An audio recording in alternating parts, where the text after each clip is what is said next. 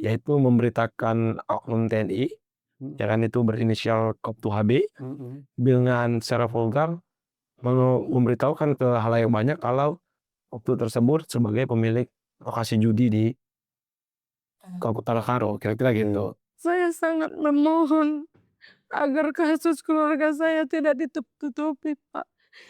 Bahkan ini bukan hanya represi ya, ini pembunuhan berencana dengan dibakar. Ini sadis sekali.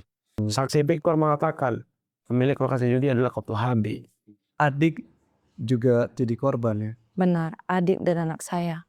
Pas waktu di BAP di Polres ini Kabanjahe, karena diarahkan untuk kayak istilahnya, ini bapakmu narkoba ya.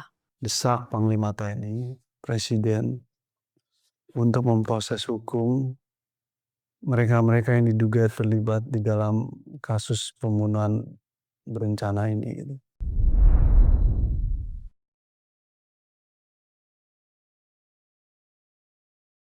Halo sahabat Opini Rakyat, selamat bertemu kembali di dalam forum diskusi Opini Rakyat yang menyuarakan persoalan-persoalan di masyarakat yang hingga hari ini kita masih lihat berbagai macam ketidakadilan masih terjadi di Republik ini. Walau Indonesia katanya negara hukum, tapi faktanya ketidakadilan di Republik ini nampaknya masih terus berlanjut. Hari ini kita akan mendiskusikan dua kasus penting yang terjadi di Medan bersama korban dan keluarga korban serta pendamping hukum untuk melihat persoalan ketidakadilan di Medan, khususnya terkait dengan dua kasus yang melibatkan oknum militer di Medan yang melakukan kekerasan dan masuk ke dalam proses peradilan militer tapi hukumannya ringan. Tentu ini malam yang buat saya menjadi penting karena jauh-jauh korban serta keluarga korban dan pendampingnya datang ke Jakarta untuk menceritakan dan menjelaskan kepada kita tentang ketidakadilan yang masih terus berlanjut dan terus dihadapi oleh mereka. Saya akan perkenalkan pertama adalah keluarga korban kasus pembunuhan wartawan Ringko Sampurna Pasaribu, Mbak Eva. Selamat datang Mbak Eva di podcast Opini Rakyat, dan makasih udah jauh-jauh dari Medan datang ke Jakarta ke forum ini untuk menceritakan dan menjelaskan tentang persoalan kasusnya. Yang kedua juga Ibu Leni Damani, selamat datang Bu. Tentu berat ya Bu ya, kemarin putusan peradilan militer hukumannya sangat ringan ya, 9 bulan apa 10 bulan ya, padahal ini kematian seorang anak di bawah umur tapi peradilan militer menghukum hanya 9 sampai 10 bulan. Ini miris, ironis dan menyedihkan. Di dalam negara hukum sebuah kematian hanya diganjar 10 bulan. Ini jauh sekali dari rasa keadilan di masyarakat, tapi terjadi di Republik ini. Terima kasih Bu Leni udah datang. Dan tentu yang terakhir ini sang pengawal dan pendamping hukum yang setia mendampingi dua kasus ini, Mas Irfan, Direktur LBH Medan. Ini saya salut sama beliau karena beliau nggak lelah untuk memperjuangkan ini gitu ya. Selamat datang di forum Opini Rakyat Mas Irfan. Saya apresiasi sama teman-teman LBH Medan yang nggak kenal lelah untuk memperjuangkan suara-suara korban gitu ya. Mungkin sedikit orang yang memahami kasus ini, atau mungkin juga banyak orang yang memahami kasus ini, tapi Mas Irfan tetap memperjuangkan sampai sekarang, sampai langkah-langkah hukum, proses hukum di peradilan militer ataupun proses hukum lainnya terus dilakukan ya Mas ya. Semoga nggak lelah nih gitu Insya Allah lah Bang. Tapi kebanjiran juga nggak rumahnya? Banjir. Jangan salahkan saya itu. Salahkan presiden yang lalu dan presiden saat ini. Yang selalu senangnya katanya sawit ada daunnya atau tidak gitu ya. Iya. Nah, nanti itu di topik lain Mas. Jadi saya prihatin Mas Irfan tuh banyak kebanjiran juga di dampak kemarin. Ibu Leni kebanjiran juga rumahnya Bu? Wah kebanjiran juga. Ya Mbak Eva?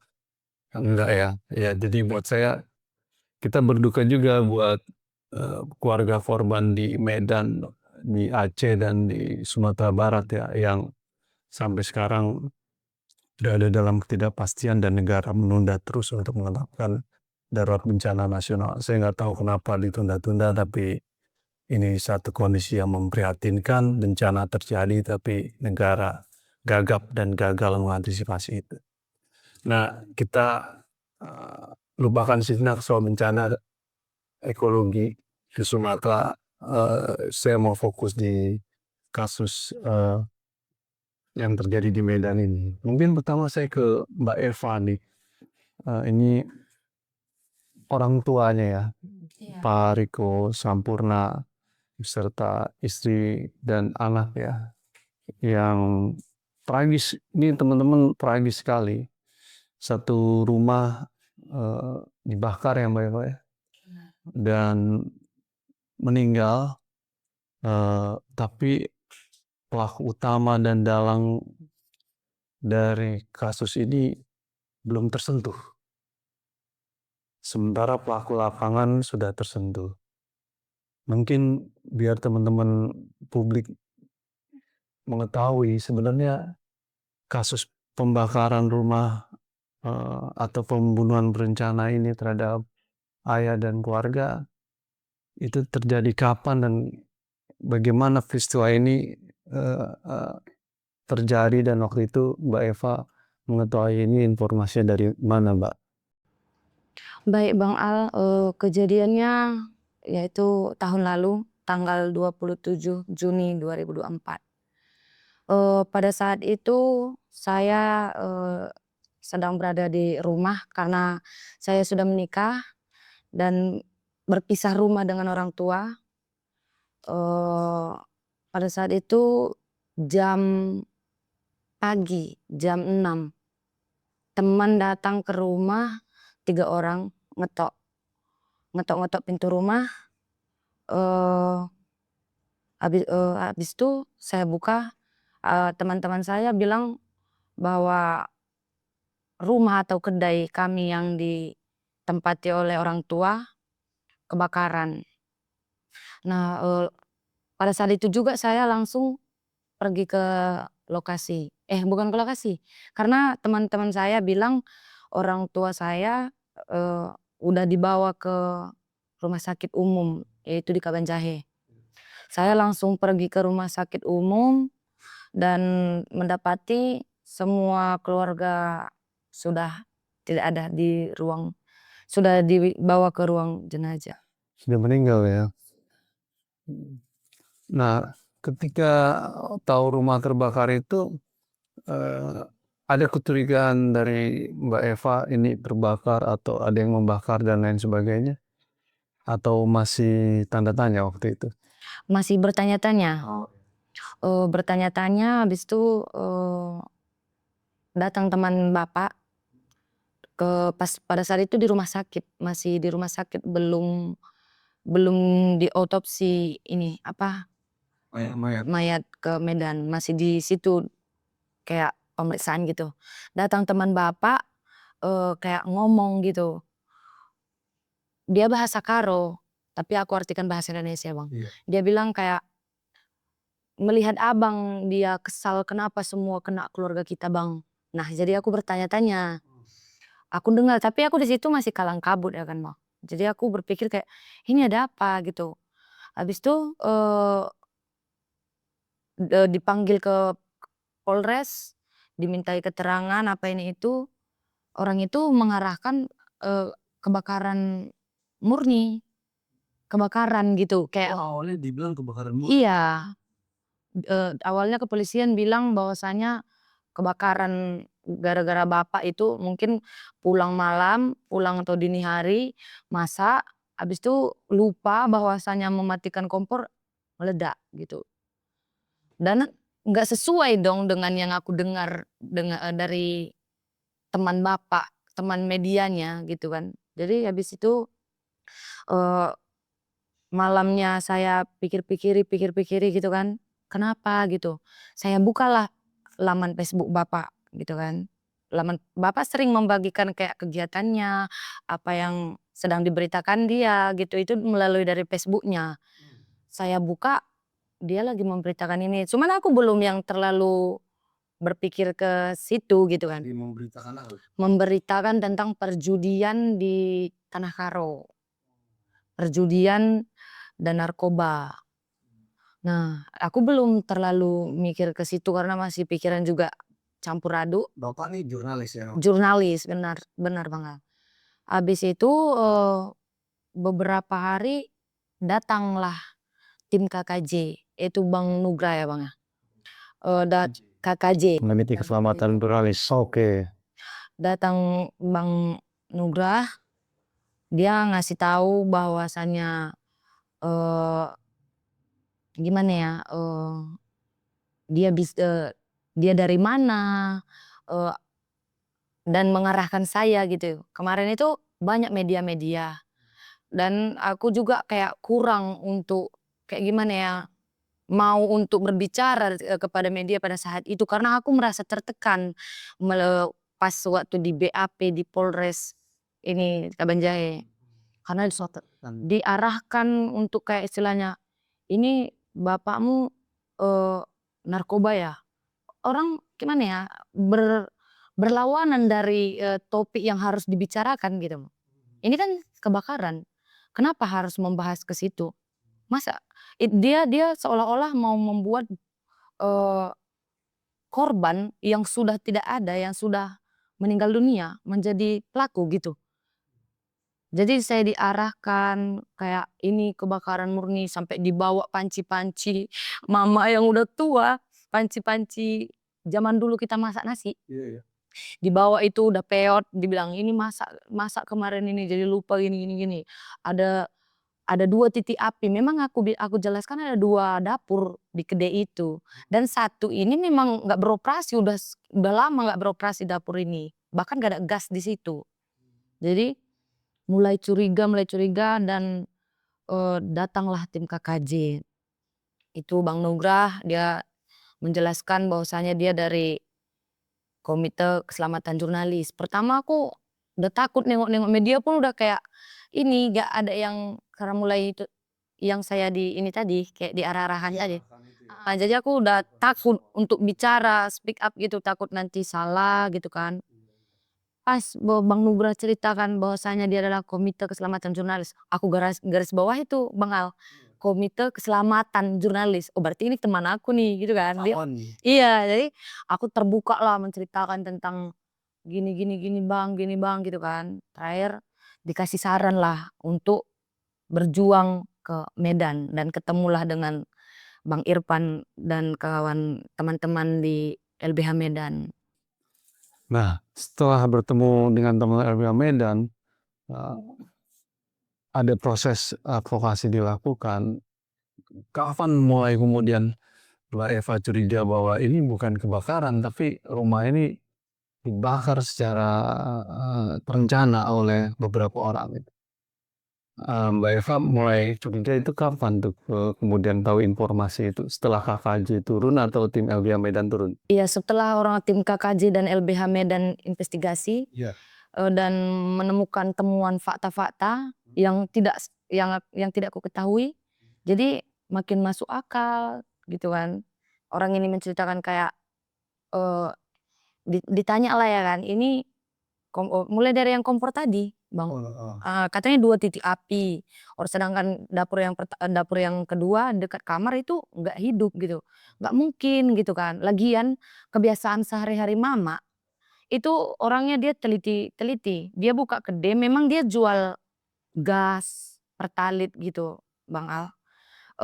Dan setiap tutup kedai itu mama selalu kayak pertalit ini kan bahan bakar yang sensitif ya, gampang terbakar, puntung rokok aja terlempar ke kedai itu bisa ini ya kan.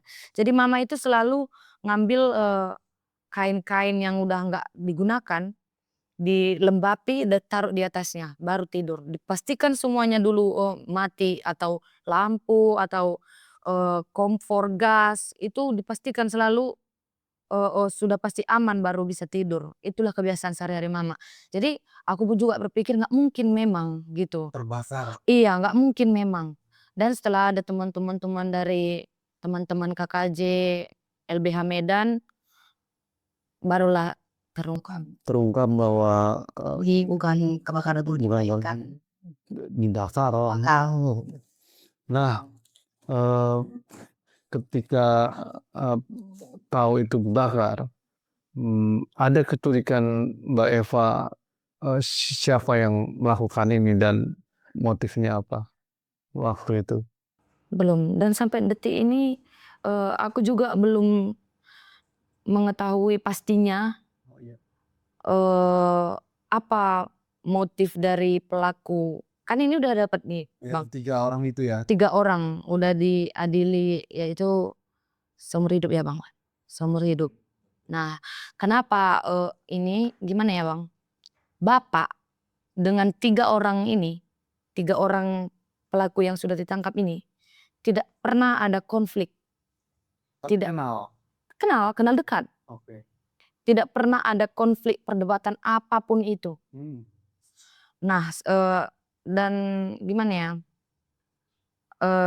yang kusaring dari berita-berita bapak yang sebelum dia meninggal, dan teman bapak juga ada, ini kelupaan ya Bang Al, namanya Pak Uda Piktor. Pak Uda Piktor ini teman rekan kerja bapak. Sama dia lah ya Bang, sehari sebelum bapak meninggal itu sama Pak Uda Piktor ini. Pak Uda Piktor menjelaskan bahwasanya orang ini lagi memberitakan itu. Jadi memberitakan judi ini. Jadi ketiga ini nggak ada apa namanya, nggak ada permasalahan sama bapak. Jadi yang bermasalah ini berita yang dibuatnya nih, tulisan tangan yang dibuat bapak ini gitu, selaku dia jurnalis. Nah itu dia Bang, si Herman Bukit ini belum, Herman Bukit nih. yang pemilik judi nih yang diberitakan bapak. Jadi sekarang yang sudah divonis 3 orang itu ya. Benar. Siapa saja 3 orang ini namanya? Bebas Ginting, bebas alias Bulan Genting, Yunus tadi kan ya, sama satu lagi Rudi. Ini Bang Irfan tadi kan ceritanya Mbak Eva ini awalnya dia dikondisikan bahwa ini rumahnya terbakar nih, bukan dibakar. Terus tim KKJ turun dan LBH Medan turun.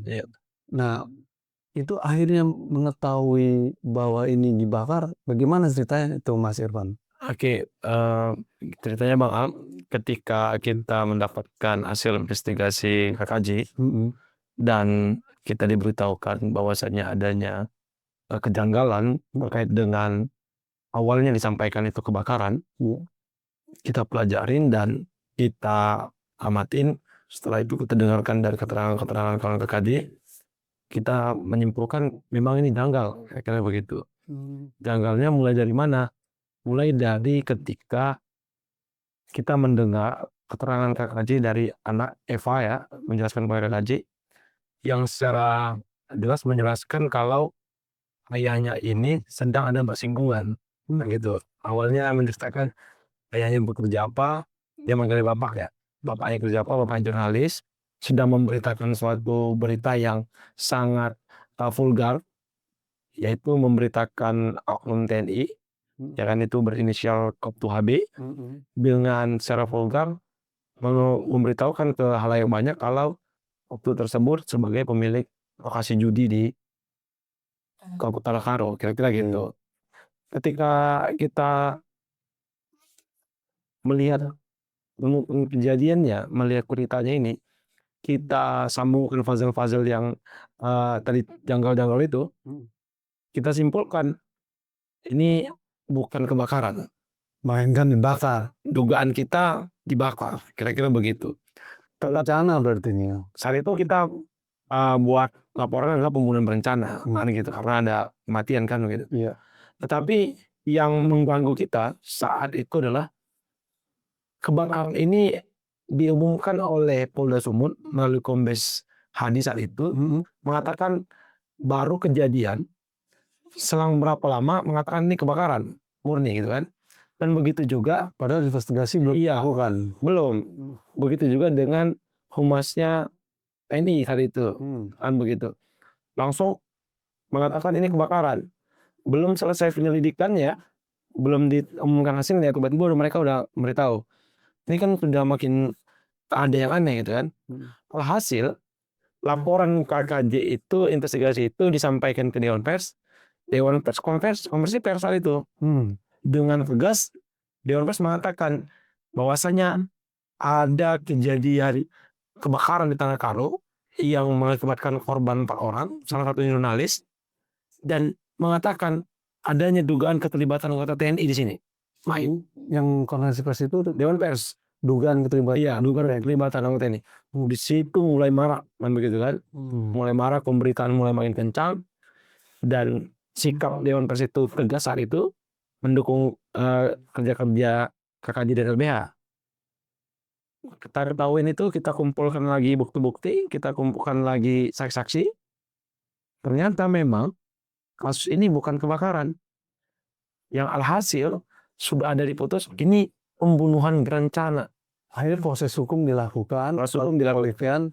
Vonis pengadilan sudah membuktikan Benar, ada pembunuhan berencana. benar, Pelaku lapangannya 3 orang tadi itu. benar bang.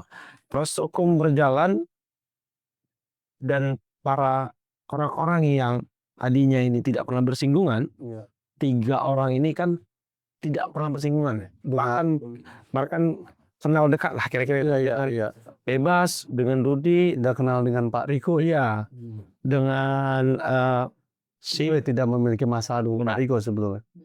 Oke, selanjutnya ada yang aneh ketika proses berjalan ini, orang-orang ini tidak pernah bersinggungan, tidak pula diberitakan, tapi hasil mereka yang dijadikan tersangka kan gitu. Iya. Dan sampai sekarang ini sudah ingkrah ya. Kawan-kawan masyarakat harus tahu kalau ini sudah diputus, sudah ingkrah sampai kasasi, 3-tiganya seumur hidup. 3-tiga dihukum seumur hidup. Yang awalnya waktu itu Bukti pembunuhan berencana dengan melakukan pembakaran rumah tadi. secara sah dan yakin hakim mengatakan itu. Memang di awal 2 seumur hidup, Bang, Iya. 1 20 tahun. Kita desak nih. Untuk jaksa mati. Jaksa menuntut 3-3 ini hukuman mati. Tetapi dihukum seumur hidup 120 banding. Proses hukum awal ini di Polres atau di Polda, Mas Irwan? Gabungan dia, tapi diambil penuhnya atau atensinya Polres. Oke. Bekerja sama dengan Polda Sumut lah, kan rekonstruksinya. Begitu berjalan kan ada yang aneh itu. Iya. Ada rekonstruksinya yang digantikan orang, yang Koptu HB itu pakai pemeran pengganti.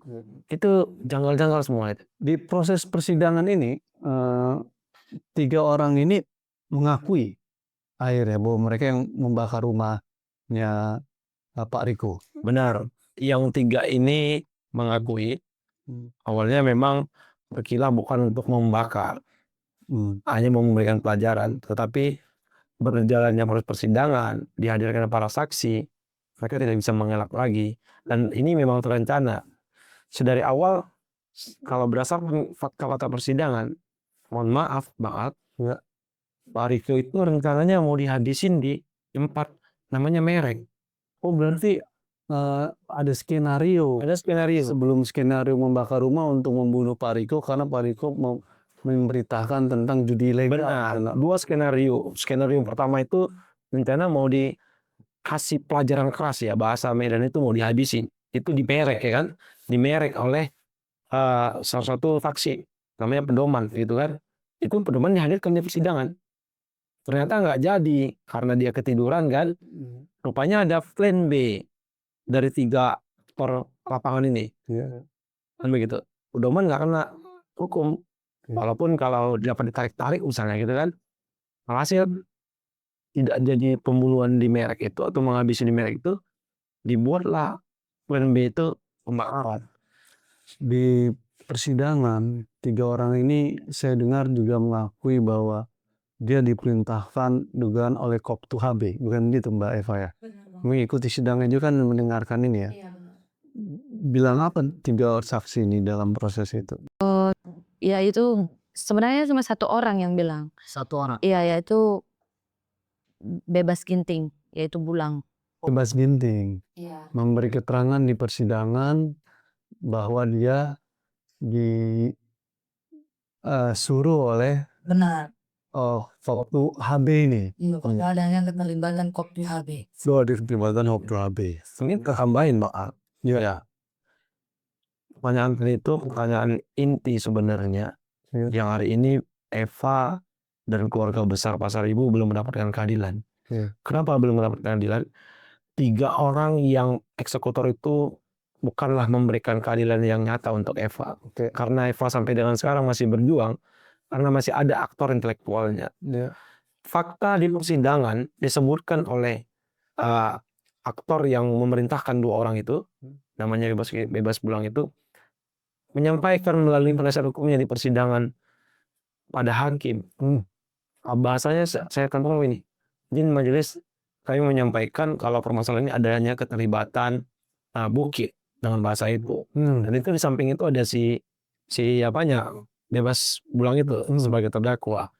Dan ini kami harus menyampaikan ini dan untuk dihadirkan bahasanya seperti itu kan. Oke. Tetapi saat itu hakim menilai ini belum waktu dari sini, nanti saat pembuktian nanti atau pledoi gitu. Padahal disebut ada keterlibatan anggota TNI dan disebut dengan Bukit. Gitu. Berjalannya waktu, itu terang benderang sudah.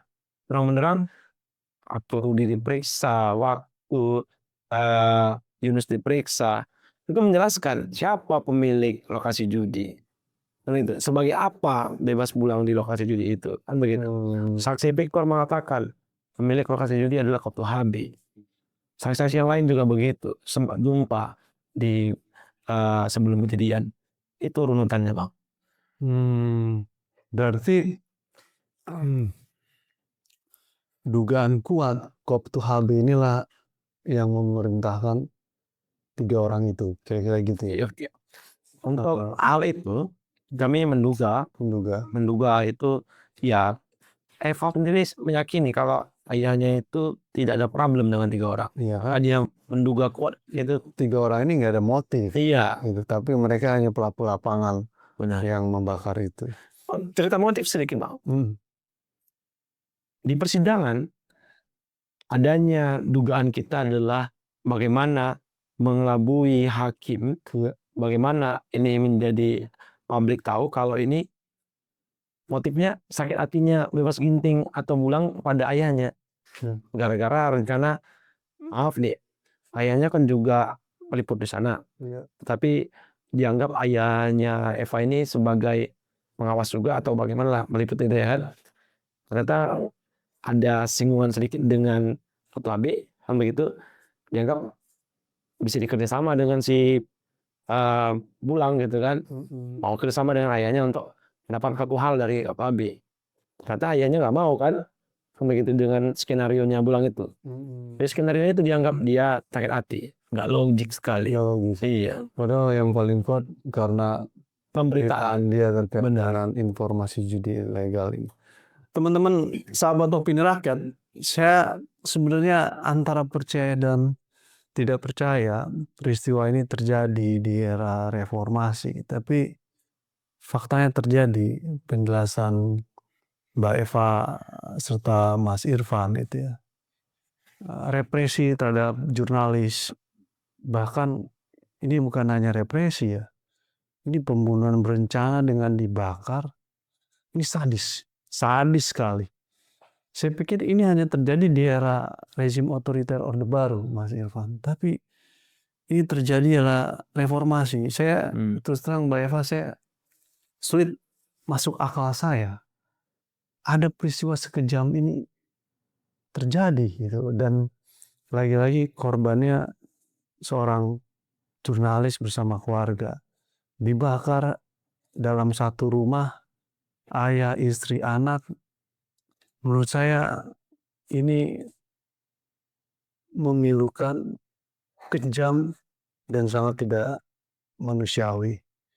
Jadi kalau sampai sekarang Mas Irfan, khususnya Mbak Eva, masih terus meminta keadilan atas kasus ini, harusnya DPR mendengar dan harus memaksa kepada pemerintah agar menuntaskan kasus ini. Ini bukan main-main. Ini wartawan menyuarakan kebenaran tentang sebuah masalah hukum terkait dengan judi ilegal. Dibakar rumahnya, tapi belum selesai kasusnya karena pelaku utamanya tidak kunjung diproses jadi ini. Saya rasa kita pantas berduka dan prihatin atas peristiwa ini, dan saya tidak menyangka Mas Irfan ini terjadi di era reformasi. Kalau di era Orde Baru mungkin saya masih tidak bisa menerima, tapi akan selalu ada represi seperti itu di era otoritarian Orde Baru. Tapi di era reformasi yang terbuka ini masih ada pola-pola kekerasan yang kejam seperti ini. Ini sangat memprihatinkan. Perjuangan keadilannya pun belum selesai. Saya dengar tadi Mbak Eva tadi pagi dari Komnas HAM ya. Apa tadi yang ingin disampaikan, yang telah disampaikan ke Komnas HAM Mbak Eva, ke Komnas HAM? Harapannya apa tadi ke Komnas HAM, Mbak? Sama seperti waktu kemarin kami ke Komnas HAM, tetap sama karena memang sampai berapa bulan Bang kita terakhir yang ke Medan? Hampir 6 bulan. Saya meminta kemarin itu agar si Herman Bukit tersebut diadili, dibawa ke persidangan gitu, dimintai keterangan dia gitu. Ini sampai detik ini dia nggak merasa nggak bersalah. Sampai detik ini belum ada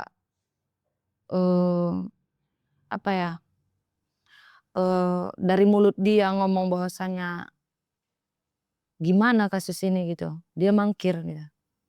Saya minta ke Komnas HAM agar Panglima TNI lebih serius lagi menangani kasus keluarga saya gitu Bang Al. Mau nambah sedikit Bang Adel. Eva akan jelaskan nanti kenapa ini benar-benar ada keterlibatan Irfan HB itu dugaan kuat ya. HB ya. Iya. Eva bahkan ditelepon sama aktor lapangan, bebas pulang ginting. Saat proses persidangan berjalan masih kan begitu Pak. Benar. Eva bisa sampaikan kalau dia telepon Sama si pelaku nih. iya. Bagaimana bahasanya itu Pak? Sampaikan. Pertama-tama Bulang menyampaikan tak maaf. Dia bilang turut berduka cita gini gitu kan, basa-basi. Habis itu dia bilang masih kayak yang kayak alur cerita dia yang memang mau direkayasa dia ngasih tahu. Habis itu saya paksa untuk masuk ke lubuk hatinya paling dalam, saya buka hati nuraninya supaya bisa lebih terbuka dalam kasus ini. Saya bilang, "Tolonglah Bulang, aku tinggal sendiri loh, bagus jujur-jujur aja. Kalau nanti pun jujur Bulang, nanti apapun yang bisa kulakukan untuk Bulang aku lakukan." Kayak istilahnya misal aku ngasih embel-embel gitu, kemarin itu kayak istilahnya, "Nanti aku jamin Bulang nggak bakalan lama nanti, karena ini aku paling kesalnya nih dalang utamanya nih, kenapa gini," gitu. Terus lama baru dia ngasih tahu bahwasanya memang, "Iya anakku sebenarnya memang disuruh." Ada kemarin saksi di situ katanya, 2 orang ya Bang? 2 orang pada saat itu Bulang datang bebas ginting, datang ke tempat perjudian si Herman Bukit tersebut untuk menyusun rencana ini, gitu. Ada 2 orang lagi saksi, pada saat itu orang ini berempat gitulah ceritanya. Kemarin dalam telepon 4 orang, 2 orang ini dia udah lupa katanya. namanya dia juga udah tua ya Bang ya. Dia udah lupa, pada saat itu si Herman Bukit ini nyuruh pulang katanya, untuk ngasih pelajaran ke bapak, gitu Bang. Langsung, apa Bang, eksekutornya yang ngomong melalui telepon dan pada saat itu dia udah di penjara. Persidangan berjalan. Jalan. Berarti dia ini ya mengakui semua hal ini. Kami turut berduka ya Mbak Eva ya. Saya terus terang masih sulit membayangkan ini satu keluarga dibakar, tapi keadilan buat korban belum terpenuhi secara tuntas itu. Pelaku lapangan sudah divonis seumur hidup, tapi motif dan pelaku yang memerintahkan atau aktor utamanya belum di proses hukum ya. Karena dia dugaannya adalah oknum anggota militer sehingga proses hukumnya dipersulit kan gitu Mas Irfan ya. Pernah lapor ke Pomdam sana juga ya? Untuk kasus ini kita melapor ke 2 tempat secara nasional dan di daerah Bang. Satu melapor ke Puspom Angkatan Darat gitu, dan satu lagi di Pomdam 1 Bukit Barisan. Nah, itu kita laporkan. Dan tidak ada proses hukum. Sampai sekarang proses hukum masih terus berjalan, namun sebulan atau lebih kurang 2 bulan lalu, yang proses hukum ini sudah 1 tahun 7 bulan, 2 bulan lalu kita dikasih laporan tuh, laporan hasil penyelidikan dengan bahasa masih belum cukup buktinya. Mereka mau minta harus ada perintah kira-kira begitu dari Proklamasi ke eksekutor. Kita sudah memberikan bukti-bukti, bukti surat, saksi, petunjuk, bahkan bukti dokumen elektroniknya, kan gitu, rekaman, video, persidangan. Tapi ini bukan kita adalah sepertinya membela untuk tertentu, iya untuk tertentu. Seakan-akan ini memberikan atau melanggengkan impunitas lah, gitu Bang. Tapi itu pun kita tetap harus berjuang. Sampai ini kan Elva berjuang untuk kasus anaknya, ibunya. Mas Irfan bahasa bahwa kalau oknumnya militer proses peradilan militernya jadi sulit nih ya. Sangat sulit ini. Di masa kita memang proses peradilan militer. Sekarang Mbak Eva berarti satu keluarga tinggal sendiri sekarang ya. Benar Bang Al. Adik juga jadi korban ya. Benar, adik dan anak saya. Dan Anak saya. anak Mbak Eva, Iya. oh pas waktu itu kebetulan di rumah. Iya. Pak Ciba. Bapak, mama, Bapak, adik dan anak saya. anak ya. Aduh. Saya sulit berkata-kata, tapi saya ingin menyatakan ini peristiwa yang sangat kejam Mas Irfan. Benar. Dan saya bisa merasakan kehilangan Mbak Eva ya. Saya cuma bisa semoga keadilan buat Mbak Eva dan keluarganya ya.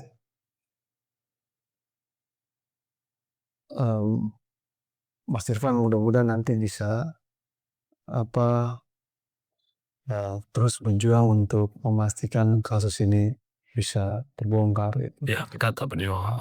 Ada hal yang menurut Mbak Eva ingin disampaikan terkait dengan kasus ini ke depannya kepada DPR, pemerintah, atau ke Panglima, mungkin untuk meminta keadilan terhadap ini harapannya Eva.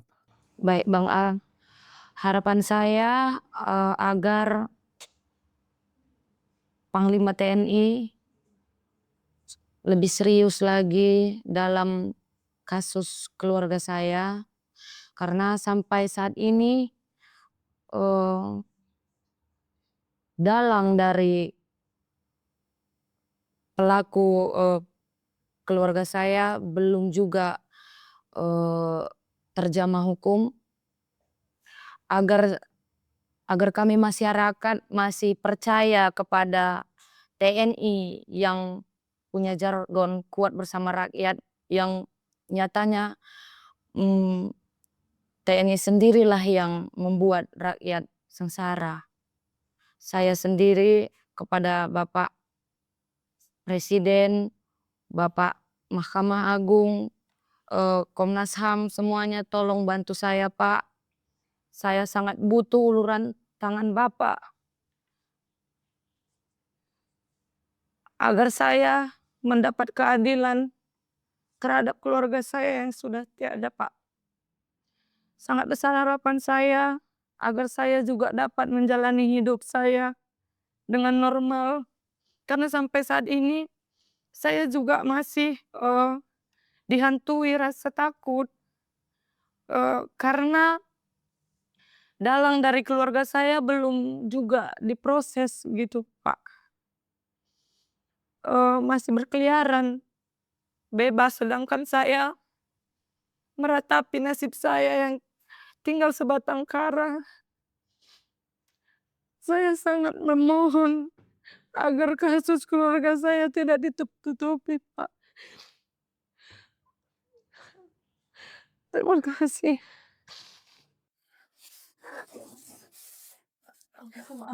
Ya.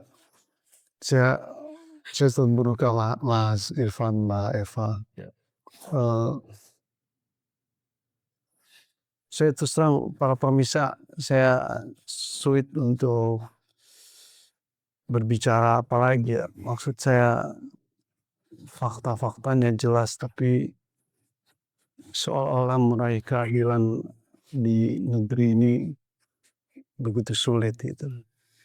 Saya benar-benar ingin sampaikan pada para wakil rakyat, tolong khususnya Komisi 1 segera desak Panglima TNI, Presiden untuk memproses hukum mereka-mereka yang diduga terlibat di dalam kasus pembunuhan berencana ini gitu.